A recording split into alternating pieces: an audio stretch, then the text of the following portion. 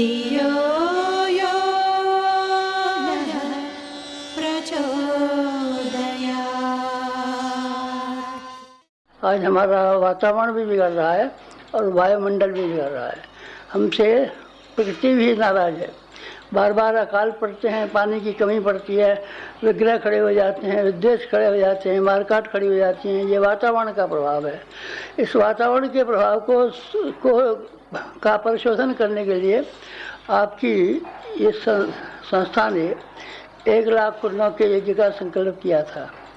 1 लाख यज्ञ के कुंडों के गायत्री यज्ञ हों, उसका विभाजन किया गया। 1 लाख यज्ञ एक जगह पर करना तो संभव नहीं हो सकता था, क्योंकि इसके लिए हजारों बीघे ज़मीन चाहिए थी और बड़ा भारी प्रबंध करना चाहिए था। उसकी व्यवस्था संभव नहीं थी। हमने 1000 कुंड यज्ञ किया था, उसकी व्यवस्था इतनी बड़ी थी कि उसको संभालना बड़ा मुश्किल हो गया था। 1 लाख कुंड का यज्ञ तो फिर कैसे हो पाता।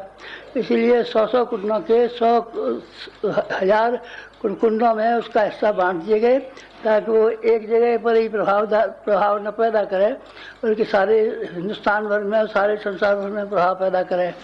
ये 2 वर्ष का कार्यक्रम रखा गया था कि 2 वर्ष में 1000 यज्ञ 100 कुंडों के संपन्न हों। भगवान की बड़ी दया और आप सब लोगों का बड़ा सहयोग कि वो संकल्प ठीक तरीके से पूरा हुआ। 1 वर्ष में उसका अधिकांश भाग पूरा हो गया। जो भाग बचा हुआ है, इसको भी इस साल में निश्चित रूप से पूरा कर लेंगे और हमारे संकल्प न कभी अधूरे रहे हैं, न कभी अधूरे रहेंगे। हमने कभी वो संकल्प नहीं किए जिसको कि हम अपनी सामर्थ्य, अपने भगवान की सामर्थ्य, अपने गुरु की सामर्थ्य पूरा नहीं कर सकते। उस संकल्प को हम करते ही नहीं हैं। इसीलिए वो संकल्प जिस प्रेरणा से किया गया, भगवान की बड़ी दया, भगवान की बड़ी कृपा है कि वो संकल्प पूरा हो गया। हमारा वायुमंडल का संशोधन हुआ है, हमारे वातावरण का संशोधन हुआ है। इसका सबूत आप थोड़े दिनों में देखेंगे कि कैसी भयंकर दुर्घटनाएं थीं, कैसी काली घटाएं छाई हुई थी, लेकिन वो काली घटाएं धीमी होकर के धीरे धीरे पानी की छोटी छोटी फुहारें छोड़ती हुई अपने आप में समाप्त हो गई। ये एक बड़ा काम हमने कर लिया। पहले भी बड़े बड़े काम किए हैं, पर यह काम अपने आप में ऐसा था कि जिसका करोड़ों और अरबों मनुष्यों के जीवन के साथ में सीधा संबंध था। तो ये एक काम पूरा हुआ। अब इसी गायत्री जयंती से अब एक नया कार्यक्रम शुरू होता है। वो क्या है? वो कार्यक्रम ये है कि 24 लाख यज्ञ, 24 लाख, 1000 नहीं, 24 लाख यज्ञ घर घर में करने का नया संकल्प है। पहले वो सामूहिक हुए थे, इकट्ठे हुए थे, हजारों आदमी इकट्ठे हुए थे, हजारों आदमियों की व्यवस्था करनी पड़ी थी, हजारों रुपयों की आवश्यकता पड़ी थी, तब ये 100 कुंड यज्ञ हुए थे। पर अब जो नया कदम उठाया गया है, वो प्रत्येक घर में घर का वातावरण शुद्ध करने के लिए, घर के परिवार के लोगों के कलह को समाप्त करने के लिए, घर के लोगों के अंदर धार्मिक भावना और वातावरण पैदा करने के लिए अब ये नया कदम उठाया गया है। ये क्या है कदम? 24 लाख घरों में, 24 लाख कुटुंबों में एक कुंड का छोटा सा यज्ञ होगा और उसको पुरुष कर सकते हैं। अगर पुरुषों को फुर्सत न हो तो महिलाओं को थोड़ी सी ट्रेनिंग दे करके, जो पढ़ी लिखी समझदार महिला हैं, वो हर घर में जा कर के इन यज्ञों को बड़ी आसानी से करा सकती हैं। क्या करना होगा इसमें? ये दीपक यज्ञ होंगे। दीपक यज्ञ कैसे? दीपक यज्ञ इस तरीके से कि एक थाली, आपने थाली में 5 जगह 5-5 बत्तियों की धूप बत्तियाँ जला दें, यानी 25 धूप बत्तियाँ 5 खंडों में विभाजित, 5 धूपदानियों में लगी हुई 25 धूप बत्तियाँ एक, और 5 दीपक।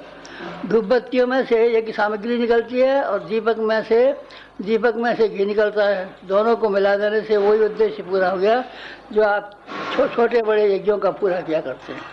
यज्ञों में बहुत सामान इकट्ठा करना पड़ता है, वस्तुएं इकट्ठी करनी पड़ती हैं, चीज़ें के बिना, संग्रह के बिना काम नहीं करना पड़ता, भागदौड़ करनी पड़ती है। 1000 कुंडी यज्ञ लोग किया करते थे तो महीनों समय लग जाते थे। 100 कुंडी यज्ञ करने के लिए महीनों खर्च हो जाते थे। लेकिन जब हमारी गाड़ियाँ गई और सारा सामान लेकर के गई तो वो सब काम एक दिन में ही पूरा हो गया जो महीनों में होता था। ठीक इसी प्रकार से घरेलू यज्ञों का जो नई श्रृंखला चलने वाली है, उसमें धूप बत्तियाँ कहीं भी मिल जाती हैं, दीपक के लायक घी किसी के घर में भी होता है। दीपक और धूपबत्तियाँ जला करके 24 गायत्री मंत्र बोल लीजिए, बस समझिए मंत्रोच्चारण हो गया, घी की आहुतियाँ हो गई, हवन सामग्री की आहुतियाँ हो गई और एक घरेलू छोटा सा पारिवारिक यज्ञ हो गया। इस छोटे से पारिवारिक यज्ञ को आप बड़ी आसानी से कर सकते हैं। शुरू में आप सत्यवाचन बोल लीजिए, कलश स्थापित कर लीजिए, कलश स्थापना के मंत्र बोल लीजिए। इसके बाद में 24 गायत्री मंत्र बोल रहे हैं। 24 गायत्री मंत्र में 2 उद्देश्य हमारे हैं। एक तो ये कि आप लोगों को गायत्री मंत्र का शुद्ध उच्चारण हो जाए और एक आप लोगों के बोलने के साथ साथ में हमारी वाणी का भी समावेश हो जाए। हमारी कई वाणियाँ हैं, आपके तो एक ही वाणी है भैखरी, हमारे पास मध्यमा वाणी भी है, परावाणी भी है, पश्चंती वाणी भी है। इन चारों वाणियों को मिला करके हम मंत्र बोलते हैं। तो 24 मंत्र हम बोलेंगे, हमारे साथ साथ ही आप भी बोलना शुरू कर दीजिए। इस तरीके से 24 मंत्र समझिए कि 24,000 मंत्रों के बराबर शक्तिशाली होंगे, क्योंकि उसमें हमारी वाणी का समावेश है। हमारी वाणी आजकल रुकी हुई है, बोलते हम नहीं है किसी से। यहाँ कोई आता है, कभी संयोगों से एक आध आदमी से बात कर लेते हैं, वरना हम एकांत में रहते हैं, मौन रहते हैं। तो वाणी को हमने अपनी ज़्यादा सामर्थ्यवान बना लिया है। तो अपनी वाणी के साथ साथ में आप लोग भी वाणी बोलेंगे तो एक यज्ञ पूरा हो जाएगा। बस ये छोटा छोटा यज्ञ हो गया। यज्ञ के साथ साथ में युग निर्माण सम्मेलन होते रहते हैं। राष्ट्रीय एकता सम्मेलन 5 साल हुए थे। तो यज्ञ के साथ साथ में ज्ञान यज्ञ भी जुड़ा हुआ है, आपको ज्ञान यज्ञ भी करना पड़ेगा। तो ज्ञान यज्ञ कैसे होगा, उसका भी हमने बहुत ही सरल, इतना सरल तरीका बना दिया है कि जिसका कोई ठिकाना नहीं है। संगीत 1, व्याख्यान 2। संगीत के लिए टैप किए गए हैं और जिसमें माता जी का, शांति कुंज की देवकन्याओं का स्वर है। माता जी गाएंगी, देवकन्याएँ गाएंगी। 15 मिनट तक आपको ये संगीत स्वर मिलना पड़ेगा। ये देव संगीत है। आप इसको सामान्य लोगों के गाने बजाने वालों के सामान्य स्वर और कंठ से तुलना न कीजिए।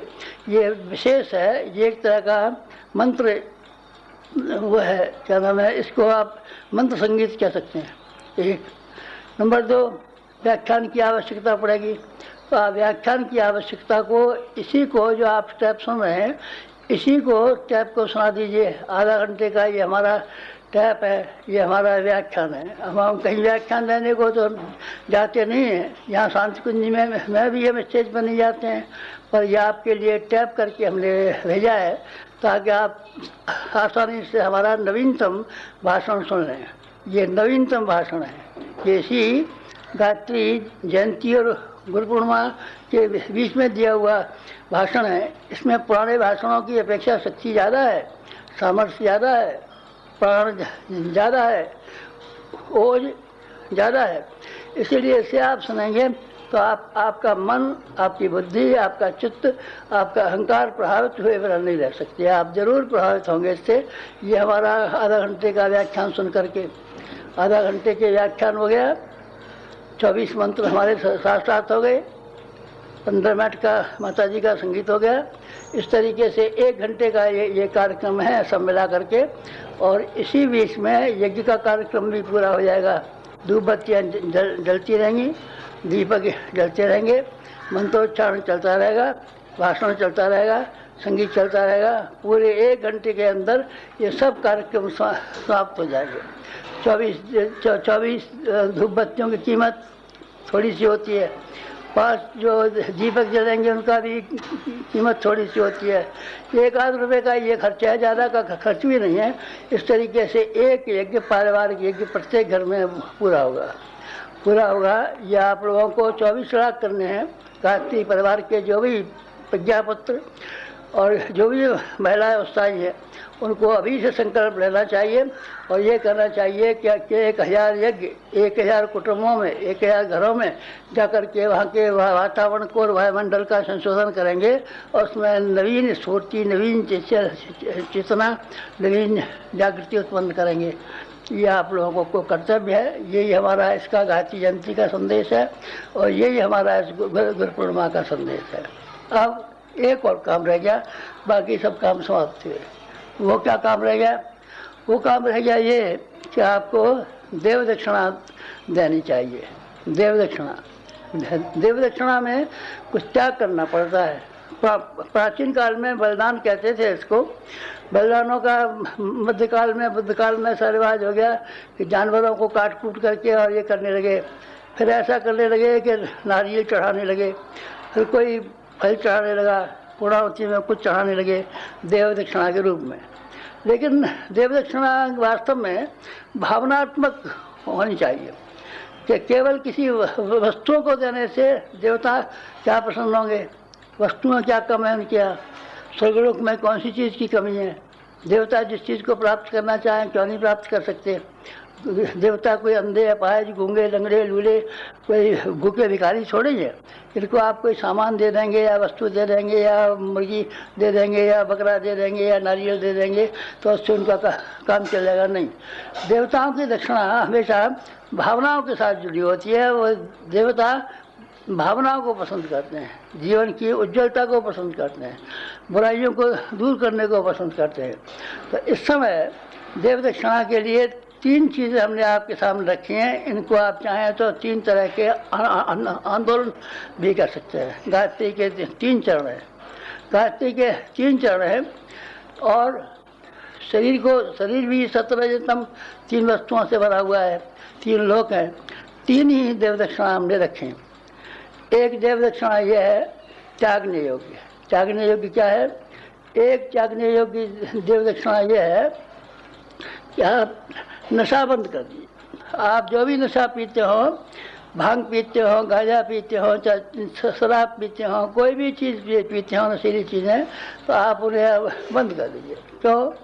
क्योंकि ऐसा है कि आपके शरीर के अंदर विषैला मादा भरा रहेगा और विषैले मादे को भरे रहने के बाद में फिर आपका शरीर इस लायक नहीं रहेगा, मन इस लायक नहीं रहेगा, शरीर भी खराब हो जाएगा, बुद्धि भी खराब हो जाएगी, आपका परिवार भी खराब हो जाएगा, पैसा भी खराब हो जाएगा और व्यक्तित्व घटिया हो जाएगा।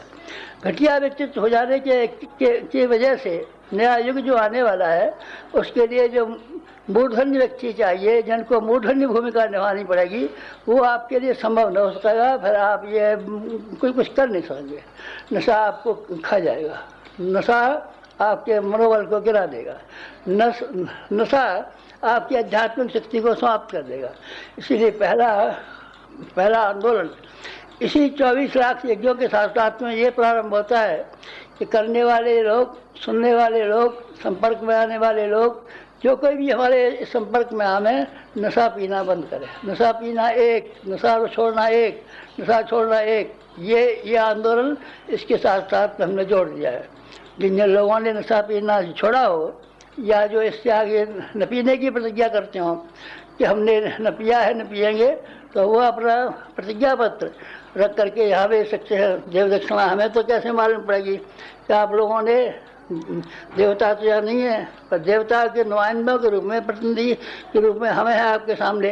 तो आप अपना संकल्प पत्र, हमने अमुक नशा पीते थे और अब हम नहीं पिएंगे, अथवा पिया ही नहीं था और आगे नहीं पिएंगे, ऐसे प्रतिज्ञा पत्र आप यहाँ भेजते रहें तो देव दक्षिणा की बात होगी। बात नंबर 1। बात नंबर 2, दूसरी बात एक और करनी है आपको। वो क्या करना है कि बिना दहेज और बिना जेवर के विवाह कर ले। अब आप लोगों में से जो हमसे हमारा कहते हैं, गायत्री परिवार का कहते हैं, प्रज्ञा मिशन का कहते हैं, जो आप हमारे हैं, हमारे हमसे व्यक्तिगत संबंध रखते हैं, हमको गुरु मानते हैं, हमारे लेखों को पढ़ करके विद्वान मानते हैं, जो कुछ भी मानते हैं, तो आप एक कहना ये मानिए कि ब्याह शादियों में जो धूमधाम होती हैं, ये इसको आप छोड़ दीजिए। खर्चीली शादियाँ हमें दरिद्र और बेईमान बनाती हैं। ये बात हमने लाखों बार कही है, हजारों बार कही है, दीवारों पर लिखवाई है, पुस्तकों में छापी है, हर जगह छापी है कि हिंदुस्तान में गरीबी का मुख्य कारण है विवाह शादियाँ। चाहे आप चाहे जो काम कर लें, दुकान कर लें, खेती कर लें, कोई व्यापार कर लें, नौकरी कर लें, पर सारी ज़िंदगी उनमें जो कुछ भी कमाएंगे, अपने कुटुंब में 5-6 ब्याह तो हो ही जाते हैं। अक्सर एक आदमी की ज़िंदगी में 5-6 ब्याह तो घर में ज़रूर करने पड़ते हैं और प्रत्येक ब्याह में दोनों ही पक्षों को अपना बेहद खर्च करना पड़ता है। लड़की वाले को दहेज देना पड़ता है, लड़के वाले को जेवर देना पड़ता है। जेवर और दहेज दोनों को देने की वजह से दोनों दिवालिया हो जाते हैं, दोनों खोखले हो जाते हैं, दोनों कर्जदार हो जाते हैं, दोनों बेईमान हो जाते हैं। हमारे समाज की आर्थिक स्थिति को ठीक करने के लिए आमदनी बढ़ाना ही आवश्यक नहीं है, ये भी आवश्यक है कि जो खर्चे हैं उनको कम किया जाए, खर्चों को घटाया जाए। खर्चों में सबसे बड़ा खर्चा एक ही है, ब्याह शादियों का। अगर हम ब्याह शादियों वाले खर्चे को निकाल दें तो फिर आप ये देखिए कि गरीबी मिटाओ का आंदोलन जो सरकार ने या दूसरे लोगों ने चलाया हुआ है उसकी तुलना में खर्चीली शादियाँ हटाओ, ये एक ही आंदोलन ऐसा है कि हमारे देश की आर्थिक स्थिति में कायाकल्प ला सकता है।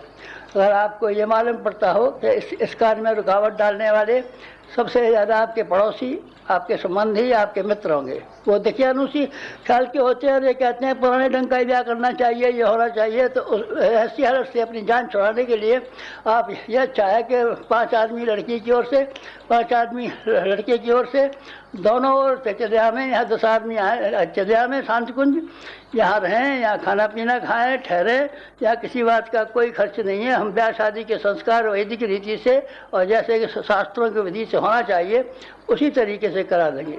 तीर्थ स्थान में किया हुआ यज्ञ, वेदवाणी से दिया हुआ यज्ञ, हमारी माता जी का क्या आशीर्वाद से संपन्न हुआ यज्ञ हर हाथ में फलेगा फूलेगा और उसकी संतानें हमेशा सुखी रहेंगी। वो दाम्पत्य जीवन भी प्रेम पूर्वक रहेगा और उस सारे के सारे घर गृहस्थी के लिए लाभदायक सिद्ध होगा। इसीलिए आप लोग जो अभिभावक हैं उनको प्रतिज्ञा करनी चाहिए कि हम अपने बालक बच्चों के शादियाँ बिना दहेज और बिना जेवर, दहेज मिटेगा तो जेवर भी मिटेगा, जेवर मिटेगा तो दहेज भी मिटेगा, जेवर नहीं मिटेगा तो दहेज भी नहीं मिटेगा, दहेज नहीं मिटेगा तो जेवर नहीं मिटेगा। इसलिए दोनों को एक साथ ही ख़त्म करना चाहिए। यहाँ कभी कोई किसी आदमी को अपनी लड़की या लड़के लेकर के आना चाहिए तो जेवर लेके नहीं आना चाहिए। वैसे भी सामान्यतः हमने रोक लगाई हुई है कि कोई लोग शिविरों में आते हैं, कोई महिलाएँ आती हैं तो जेवर पहन के ना आए। बस जेवर हमको आंखों देखो कि सुहाता नहीं, जेवर हमको इतना नुकसानदायक मालूम पड़ता है, इसकी बराबर नुकसान दुनिया में किसी और चीज़ में नहीं है जितना कि जेवर में। इसलिए बिना जेवर और बिना दहेज की शादी करनी हो, अगर आपको लड़के वयस्क हो गए हो, छोटे पिल्ली बिल्ला ना हो, तो आप यहाँ अपने बच्चों को ले आ सकते हैं, कभी भी ले आ सकते हैं। या 12 महीने का तीर्थ है या मुहूर्त छुटाने की आवश्यकता नहीं पड़ती, तीर्थ स्नान के लिए मुहूर्त की कोई ज़रूरत नहीं पड़ती। यहाँ कोई भी संस्कार, विवाह संस्कार भी शामिल है, कभी भी हो सकता है, 12 महीने हो सकता है। जैसे कि नवरात्रि का अनुष्ठान जो होता है, कुआरों और चैत्र में नवरात्रि होती हैं, लेकिन शांति कुंज की नवरात्रियाँ हमेशा जारी रहती है, 360 दिन जारी रहती हैं। पहली से 10, 11 से 20, 21 से 30 को या हर हमेशा नवरात्रि है। आपको जब कभी नवरात्रि का अनुष्ठान करना हो तो आप यहाँ बड़े मज़े में, बड़े आनंद के साथ में ये कर सकते हैं। 2 बात ये हो गई। एक बात ये कि ब्याह शादियों में खर्चा न करना, और अगर संभव हो सके फिलहाल तो रिवाज चलाने के लिए यही मेरे ख्याल से ज़्यादा अच्छा मालूम पड़ता है कि अपने बच्चियों को यहाँ ले जाए और यहाँ ब्याह करा ले जाए बिना खर्च का, और फिर अपने घर में दावत देनी हो तो अपने कुटुंबियों को, रिश्तेदारों को जो गाल फड़ाए बैठे हुए थे, हमको दावत नहीं खिलाई, हमको दावत नहीं खिलाई, उनको जब लड़की लड़के दोनों हों उनके हाथ से बसवा करके खाना खिला दीजिए। चलिए पीछे छूटा आपका। 2 बात हो गई। तीसरी एक और बड़ी बात है जो आंदोलन को इसी आंदोलन के साथ शुरू कर रहे हैं, परिवारों का वातावरण बनाने के लिए जहाँ ये दीपक यज्ञों का आंदोलन चला रहे हैं, क्या 24 लाख यज्ञों का, दीपक यज्ञों का संकल्प ले रहे हैं, वहाँ एक संकल्प ये भी ले रहे हैं कि प्रौढ़ शिक्षा का संचालन हमको ही करना है। हिंदुस्तान में 3/4 बिना पढ़े हैं, 1/4 पढ़े लिखे। 3/4 बिना पढ़े लिखे हुए बिना आदमी गरीबी दूर नहीं हो सकती। गरीबी और अशिक्षा दोनों सगी बहन हैं, मिटेंगी तो दोनों मिटेंगी, रहेंगी तो दोनों रहेंगी। गरीबी रहेगी तो अशिक्षा रहेगी, अशिक्षा रहेगी तो गरीबी रहेगी। बच्चों की तो खर्च बात अलग है, उनके लिए तो सरकारी स्कूल खुले हुए हैं, जा रहे हैं, पढ़ रहे हैं, पढ़ने देना चाहिए। सरकार बेचारी इतनी ही कर सकती है और क्या कर सकती है। लेकिन जो 3/4 नर और नारी रह जाते हैं, इनको प्रौढ़ शिक्षा के माध्यम से ही पढ़ाया जा सकता है। हम में से गायत्री परिवार का कोई भी व्यक्ति ऐसा न हो जिसने कि अपने जीवन में 5 व्यक्ति को कम से कम पढ़ा नहीं दिया हो। प्रौढ़ शिक्षा की पाठशालाएँ खोल सकती हैं, जगह जगह आप पाठशालाएँ खोल सकते हैं। अगले दिनों हमारा ये भी विचार है कि जब लोगों को नाम लिखना, ओलम बड़ा खड़ी और गिनती पहाड़े वगैरह याद हो जाए, इसके बाद में जो किताबें पढ़ाई जाती है वो हम ही यहाँ से लिखें। उसमें मनुष्य जीवन की समस्या, परिवार की समस्याएं, राष्ट्र की समस्याएं, नैतिक समस्याएं, धार्मिक समस्याएं, आर्थिक समस्याएं, इन सारी समस्याओं को मोटे मोटे हरूफों में, मोटे मोटे अक्षरों में, छोटे में, संक्षेप में ऐसी पुस्तकें लिखेंगे अभी 1-2 महीने में ही, कि जिससे कि प्रौढ़ शिक्षा जो है न केवल प्रौढ़ शिक्षा रहे, साक्षरता शिक्षा रहे, बल्कि साक्षरता के साथ साथ में जीवन के और समाज के और जीवात्मा के और परमात्मा के और लोक के और परलोक के और सारी विषयों की शिक्षा इन छोटी छोटी पुस्तकों में ही समाविष्ट हो जाए। इस तरीके से प्रौढ़ शिक्षा में 2 भाग हो जाते हैं, एक वो जिसको साक्षरता कहते हैं और एक वो जिसको नैतिक शिक्षा कहते हैं। नैतिक शिक्षा और प्रौढ़ शिक्षा दोनों को मिला करके ये प्रौढ़ शिक्षा बनेगी। आप फिर समझ लीजिए, दीपक यज्ञों के 24 लाख के संकल्प पूरा करने में आप में से हर एक आदमी को योगदान रहा है। हमारे 5 लाख पत्रिकाओं के ग्राहक हैं, 5 लाख पत्रिकाओं के ग्राहक हैं। इसमें से प्रत्येक ग्राहक को अगर 5-5 को भी किया जाए, 5-5 घरों में दीपक जलाने के लिए, दीपक कैद करने के लिए कहा जाए, तो बड़ी आसानी से 24 लाख यज्ञ 1 साल में ही हो सकते हैं। 1 साल में न होंगे, चलिए 2 वर्ष में हो जाएंगे। अभी हमारे 100 कुंडी यज्ञ भी तो 2 वर्ष में हुए हैं। आप ये जो है 24 लाख का संकल्प 1 साल में कर रहे हैं तो हमें बड़ी प्रसन्नता होगी। न कर दें तो चलिए 2 वर्ष में भी कर सकते हैं।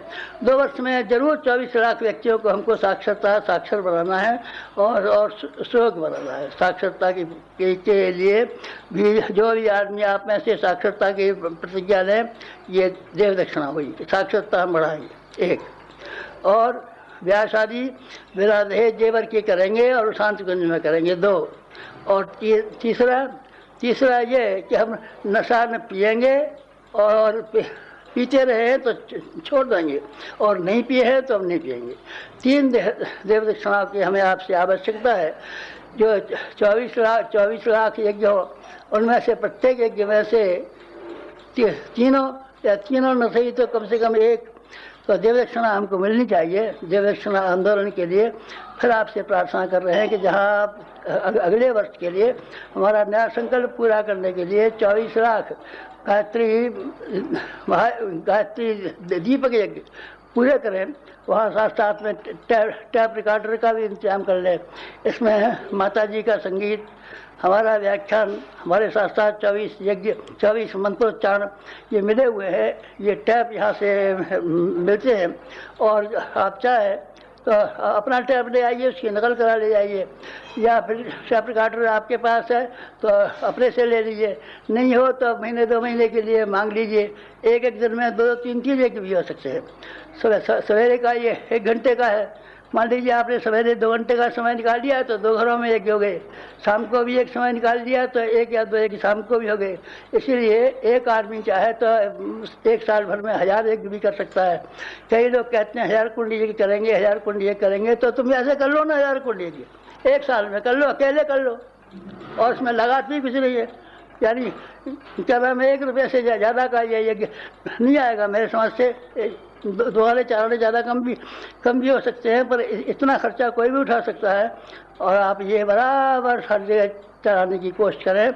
और ये इस वर्ष का हमारी नई प्रेरणा, नया संकल्प, नई शिक्षा, नई प्रार्थना ये है कि आप दीपक यज्ञों के हिसाब से 24 लाख यज्ञ पूरा करें। और कोई भी गायत्री परिवार की महिला जो पढ़ी लिखी है, कोई भी गायत्री परिवार का पुरुष जो पढ़ा लिखा है, इस कार्य से पीछे नहीं रहे।